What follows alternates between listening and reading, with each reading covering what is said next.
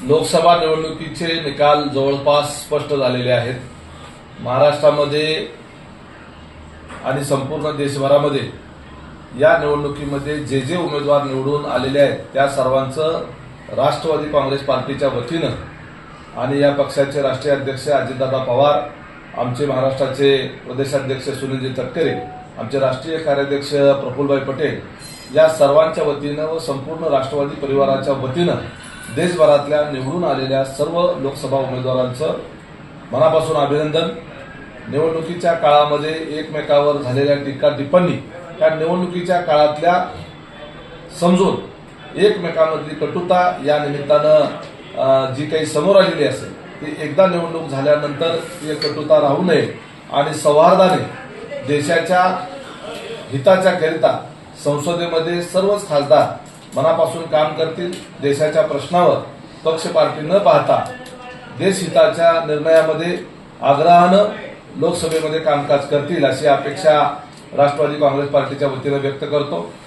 आमच्या पक्षाचे प्रदेशाध्यक्ष आदरणीय सुनीलजी तटकरे साहेब यांनी अतिशय संघर्षमय परिस्थितीमध्ये मोठा विजय रायगड मतदारसंघामध्ये मिळवला, त्याबद्दल पक्षाच्या वतीनं सर्व कार्यकर्त्यांच्या वतीनं आम्ही सुनील तटकरे साहेबांचं मनापासून अभिनंदन करतो। त्यामध्ये आमच्यासाठी एक दुःखाची बाब म्हणजे सर्व कार्यकर्त्यांना जी अपेक्षा बारामती लोकसभा मतदारसंघामध्ये होती, आमच्या नेत्या आदरणीय सुनेत्रा वहिनी या निवडून येण्याची आम्हाला खूप अपेक्षा होती, परंतु दुर्दैवाने त्यांचा पराभव झाला।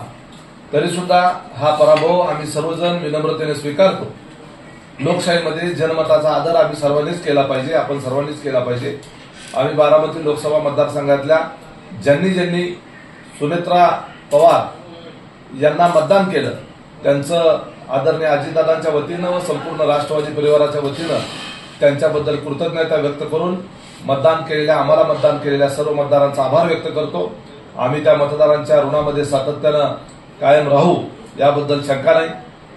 आणि पराभव झाला तरी सुद्धा पुन्हा पराभवाचं आत्मचिंतन करून ज्या काही आमच्याकडून बाबी राहिल्या असतील त्या दुरुस्त करून पुन्हा नव्या जोमानं त्या ठिकाणी सुनेत्रा वहिनी कामाला लागतील।